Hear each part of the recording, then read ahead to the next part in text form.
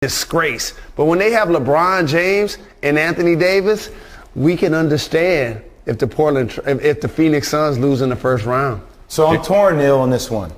Hawks, Knicks, great series. Probably going to go to 7. I got a different one for you, though. You might be sleeping on it because of the way Ja Morant played against Stephen Curry, and you think that's the end of the road for the Memphis Grizzlies, though. But I'm on my Grizz tonight. So I'm going to tell you this right now. Donovan Mitchell is coming back for his first game.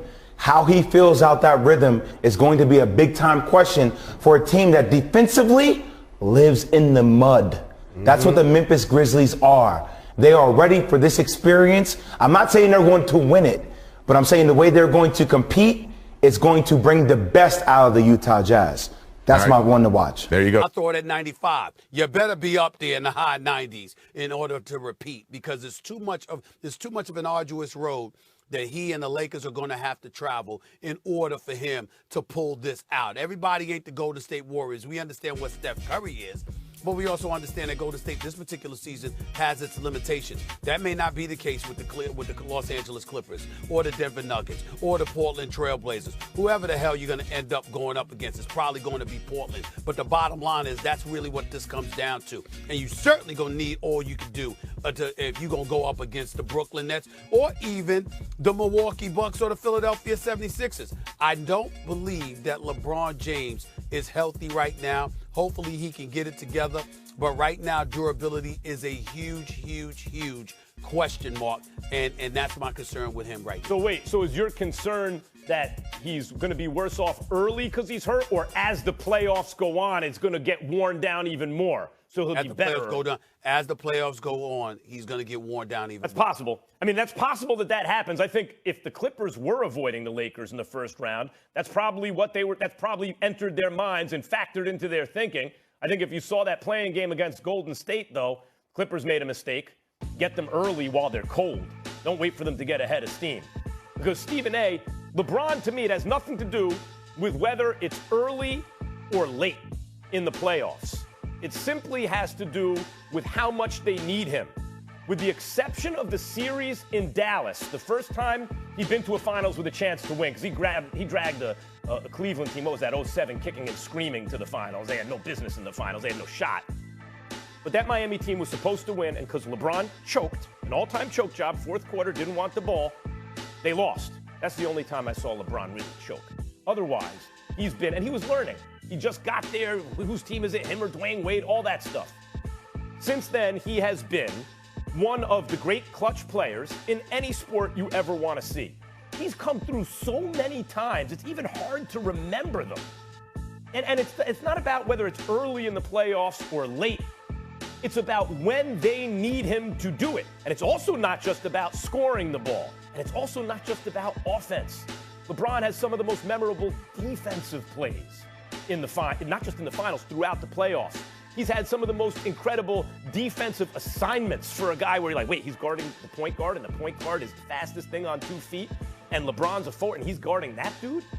He will do whatever his team needs to do to be successful, whether it's early or late. I don't see a difference between early playoffs LeBron and late playoffs LeBron. And Stephen A., I appreciate your point that maybe he gets worn down, or maybe if they can finish off some series early, he can get a little rest, heal up, and get ahead of steam going and get the chemistry and the rhythm right with the team and integrate Schroeder and AD properly and be more dangerous as it goes on.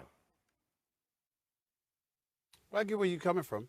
I mean, listen, like I said, LeBron James hasn't given us any reason to doubt him, but we haven't seen LeBron in this situation in the playoffs. The closest we've seen LeBron to this situation is when he caught those cramps against San Antonio in the finals when the AC, as DJ Khaled came on the show and said, the AC ain't working. You know what I'm saying? They don't love you no more. They don't love you no more. They remember DJ Khaled came on First Take and said that years ago in South Beach, talking about the AC being compromised and all of that other stuff. And LeBron caught those cramps, okay? He wasn't the same. They lost that series. We get all of that. But in the end, what it comes down to is this. I think on a serious note, as it pertains to injury, we've never seen LeBron come into a postseason looking this way. Yeah, he turned it on in the second half, but I was there for that game the other night, Max. That first half, I mean, he was awful. And Anthony Davis was awful too. And I think their health and the absence of rhythm, because they've been compromised by health and had to miss so many games, has really, really been a challenge for them. And against the Golden State Warriors, you could get away with it. Against the other teams in the playoffs this year, I don't think so. So we'll see. That's the real calculus, I think, or the calculation that a team like the Clippers or any team they might see in the playoffs has to make about the Lakers. Do you think that they'll be more hurt later on because they have to play and play and play on these nagging injuries? And does that make it better to get them later? Or does the chemistry offset that? Because they haven't played together a lot recently, that they'll integrate all the pieces right, get a head of steam going, get the rhythm going, and that'll offset whatever, kind of drawback injuries have over time. I don't know the answer to that question. If I were a team, I'd rather catch the Lakers early than late. I think once they get into a rhythm, they'll be able to deal with whatever nagging injuries, but I deal with them late. Stephen A., tell me this, because I know you are concerned about the health, obviously, and we know the Suns are legit. They're the 2 seed. How much or what exactly do you need to see from Anthony Davis so they can get the job done here? He's got to be a man amongst boys. I don't want to see Anthony Davis just shooting jump shots. I'm not saying that can't be a part of his repertoire. But Anthony Davis is a formidable presence on the front court with his back to the basket, in the post, schooling cats. And defensively, obviously, he's a shot blocker as well. He needs to be a dominant big man. He can't give DeAndre Ayton any life. He can't allow that young man to believe he belongs on a court with Anthony Davis throughout this series. And Chris Paul and those boys have been in DeAndre Ayton's ear and preaching to him about how important he is to the success of this team. They don't have a shot at winning it all if DeAndre Ayton doesn't show up against the big boys in the West. Anthony Davis, Jokic, Rudy Gobert, and others. DeAndre Ayton has to have a presence, and they know it. Anthony Davis has to kill that before he gets any kind of momentum whatsoever, or it could give Phoenix even more life than we realize, and they could end up winning. Be it in 7 games, is because I expect LeBron and his experience to ultimately come shining through. But if there's anybody that can galvanize the troops and peel everything out of them, it's somebody like CP3. Wherever he goes, the team gets better. When he departs, they get worse. It's that simple. And that's the case with the Phoenix Suns right now. So I would say CP3. Yeah, though he's never been to a conference finals. Look, I agree CP3 has those intangibles you're talking about. Nothing you can do about that. What are you going to do about his leadership? What are you going to do about his decision-making? You can't even counteract that. The thing to worry about is Devin Booker. Because Devin Booker, as I see it, has a game that he reminds me of a little mini Kobe. Like, he can score from anywhere, almost no matter what you do. And when the lights shine brightest, it seems to me he plays better. In the bubble last year, he was killing the game. This man scored 70 points, 70, in an NBA game when he was 20 years old. And the whole thing about, is he an empty calorie stats dude on a bad team? No. In the bubble, they were 8-0, and he was scoring more than 30 points a game. No, he's a big stat dude on a team that doesn't lose. I mean, over the span of the last, plus the bubble this season, bubble plus this season, they have the best record. And Devin Booker is their best scorer. What do the Lakers do about that? You're going to put KCP on him? You're going to bring Wes Matthews off the bench and try and stop him? What are you going to do about Booker? You may have to put LeBron James at some points, bad ankle and all on him, because LeBron, we've seen shut down guys like Derrick Rose at times in the finals or in the playoffs back then. Like, Booker is a real problem for the Lakers right now.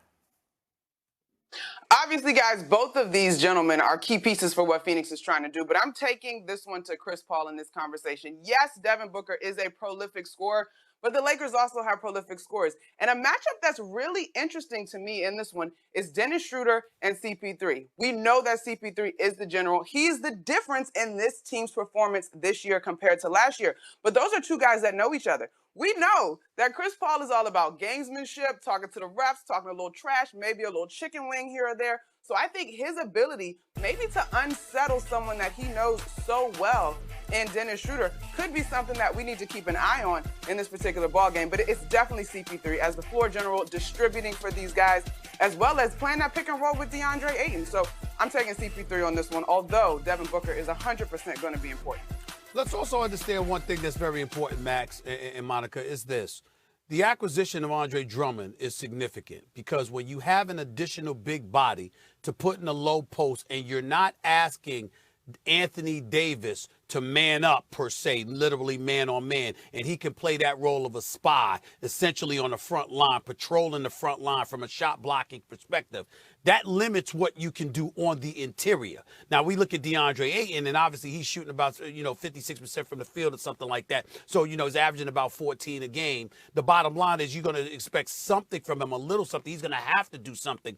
But if you're looking at everybody else, particularly the guard play, they're going to have to score. If the Lakers get back on defense, which obviously we expect them to do, you're going to have to be able to score from the perimeter primarily because you're not going to be able to do but so much on the interior. And that's what we have to take into account, the length of the LeBrons, the length of even an Anthony Davis who can get out on perimeter shooters, the length of even a Kyle Kuzma who's a legit 6'8". When you've got that kind of size, it turns you into a perimeter team primarily. And can Phoenix beat this Lakers team playing that way? That's a question mark. Yeah, there's no debate there, but I want to pick up on what you said, DeAndre Ayton, right? Like, I liked Phoenix a lot in the preseason because I said 8-0 in the bubble, you add Chris Paul. This is not like, hey, how are Westbrook and Beal going to play together? Maybe great, but I need to see that, or even Harden and Kyrie. This was on paper, damn. Chris Paul and Devin Booker, it sounds good to me, and it has been. But another reason you really like Chris Paul on this team preseason is the only question mark for me on that team heading into the year was, ironically, their number 1 overall pick center, right, who's already pretty good. But they're 3 and D forwards. They don't need the ball to be effective. They can shoot. They can defend. Cam Johnson, Mikal Bridges, you know what that's going to be. Chris Paul and Devin Booker, you have a good idea what that's going to be. Chris Paul's effect on DeAndre Ayton, that's what you want to see, and it's been a good one. But I think DeAndre Ayton is still a little too green. If this was 2 years from now, then maybe I would agree with you guys about Chris Paul. But I think DeAndre Ayton is still a little green for this matchup with the Lakers. And so even Chris Paul's effect on him, I don't think is going to decide the series. By the way, I said I was mistaken. I said 56% from the field. It's 62% from the field that DeAndre Ayton is shooting this year. But go ahead, Monica. Definitely a fantastic leap by Ayton. Here's my thing, though, Max.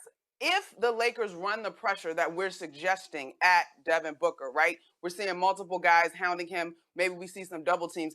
It's going to be imperative to make plays, right? And I still give that playmaking edge, obviously, to CP3. Like, Book is going to have to find the open guy, and he's not going to be able to go full-out Kobe throughout the course of a series. May he have some Kobe moments, but he can't be launching that thing over two guys consistently throughout the course of a series.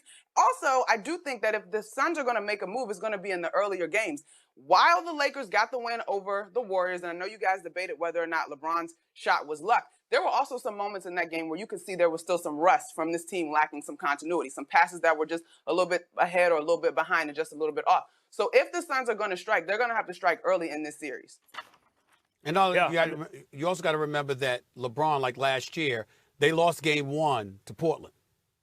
And then they came back and won 4 straight. They figure things. LeBron figures things out. So, those earlier games are more pivotal for the Suns than it is for the Lakers. Because with LeBron, he usually figures something out. But if he gets ahead of you, there's no turning back. That's really what this comes down to. So if they want to get any kind of advantage, they're going to have to take advantage early. By the way, Monica, if you're saying they're going to have to send 2 guys at Devin Booker, then that answers the question about who they're most worried about. No, she said CP3. Fair. No, because you got to play basketball, Max. Like, once they run 2, he can't keep launching over 2, period. He's going to have to swing the ball. So to me, if you don't run, wow, this is my second time on First Take with Max. Did he just trip me up a little bit? No, I'm still going with CP3 is the most important. Don't admit to any. Just hold up the jersey. Just distract everybody. Let me see that jersey one more time. Oh, I got you. Beauty. Here we go. I got it. There we go. Let's just focus on that. Your Knicks are in the playoffs. Second longest odds. They made it, Monica. Here we go. All right, Monica, appreciate you.